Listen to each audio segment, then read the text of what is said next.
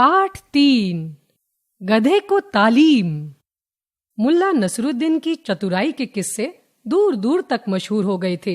उनकी हाजिर जवाबी और अक्लमंदी की सभी प्रशंसा करते थे। एक दिन तैमूर लंग का दरबार लगा था। लूट में लाई गई सामग्री बादशाह सलामत के सामने एक एक करके पेश की जा रही थी। इस अवसर पर मुल्ला नसरुद्दीन भी दरबार में उपस्थित थे। इस बीच लूटे गए सामान में एक गधा तैमूर लंग के सामने पेश किया गया। क्या खूब गधा था!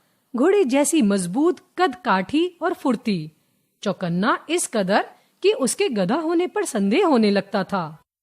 मुल्ला जी उस गधे को देखकर खुश हो गए। साथ ही तैमूर लंग को खुश करने के लिए गधे की बुरी बुरी प्रशंसा करने लगे।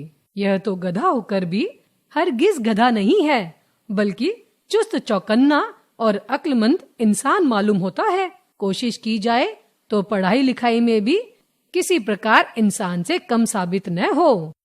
अचानक तैमूर लंग बीच में ही बोल उठे, क्यों, यह क्या कह रहे हो? यह गधा पढ़ना लिखना भी सीख सकता है क्या?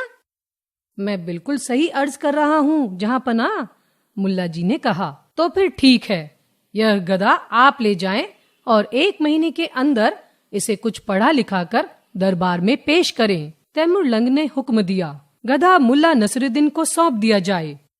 हुक्म के मुताबिक गधे की रस्सी मुल्ला नसरुद्दीन के हाथ में थमा दी गई। मुल्ला नसरुद्दीन गधा लेकर चले तो आए, मगर सोच में पड़ गए कि अब इस मूर्ख को कैसे पढ़ाया जाए और क्या पढ़ाया जाए। वह अच्छी तरह से जानते थे कि तैमूर लंग के हुक्म के मुताबिक 1 महीने के अंदर गधे को पढ़ाकर दरबार में पेश न किया तो जान के लाले पड़ सकते हैं। कुछ लोग सोच रहे थे कि मुल्ला नसरुद्दीन इस बार बुरे फंसे। भला गधे को कोई पढ़ा सकता है? आखिर इस बार के काम में बुद्धि क्या चमत्कार दिखाएगी? परंतु कुछ लोग अब भी मुल्ला की ओर से आश्वस्त थे और यही सोचते थे कि वह बुद्धि के धनी हैं। ऐन वक्त पर कोई न कोई तरकीब अवश्य ही ढूंढ निकालेंगे। गधे को नहीं पढ़ा सकते तो शहंशाह तैमूर लंग को ही कोई पट्टी पढ़ाने में कामयाब हो जाएंगे। फिर भी लोग उनकी जान की खैर मना रहे थे और उनसे जलने वाले इस बात पर खुश थे कि देखो ज्यादा ही बड़बोला बनता था, अब आटे दाल का भाव पता चल जाएगा। लेकिन उस दिन गजब हो गया। लोग आंखें फाड़े देखते ही रह गए कि मुल्ला नसरुद्दीन गधे के गले में बंधी रस्सी का एक सिरा हाथ में थामे तैमूर लंग के दरबार की ओर शान से अकड़ते हुए चले जा रहे हैं। अभी 1 महीना पूरा हुआ था। आखिर इतने कम समय में मुल्ला जी ने इसे क्या तालीम दी होगी और गधा क्या सीख पाया होगा?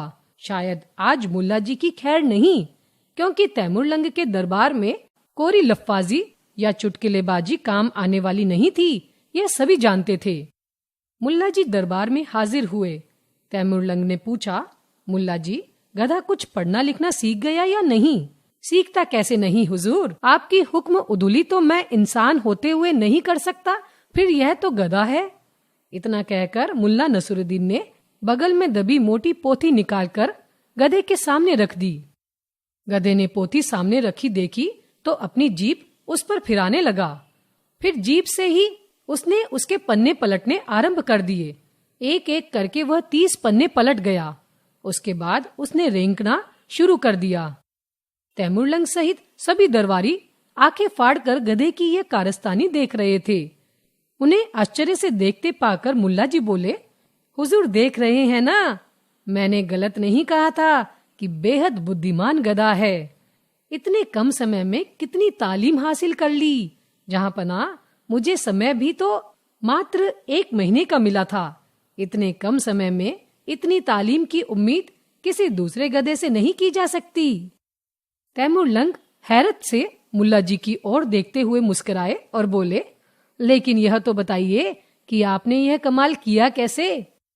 मुल्ला नसरुद्दीन ने बताया, बंदा परवर, पहले दिन मैंने थोड़ी सी हरी और मुलायम घास पोथी की जिल्द पर अंदर के पहले पन्ने पर रख दी। जिल्द के ऊपर की घास खाने के बाद इस बुद्धिमान गधे ने पन्ना पलटकर अंदर की भी घास खा ली। दूसरे दिन मैंने दूसरे पन्ने और जिल्द के बीच घास रखी। गधे ने पोथी खोलकर वह घास भी खा ली। तीसरे दिन तीसरे और चौथे दिन चौथे पन्ने पर मैंने घास रखी। गधा पन्ने पलटकर घास खाता रहा और मैं रोज एक पन्ना बढ़ाता रहा। चूंकि 30वां दिन है और 30वें पन्ने पर गधे को घास नहीं मिली, इसलिए यह रेंक रहा है। मुल्ला नसरुद्दीन की बात सुनकर तैमुरलंग और उपस्थित दरबारी चकित रह गए। सभी उनकी बुद्धि का लोहा मानने लगे। उन्हें शाही खजाने से इनाम दिया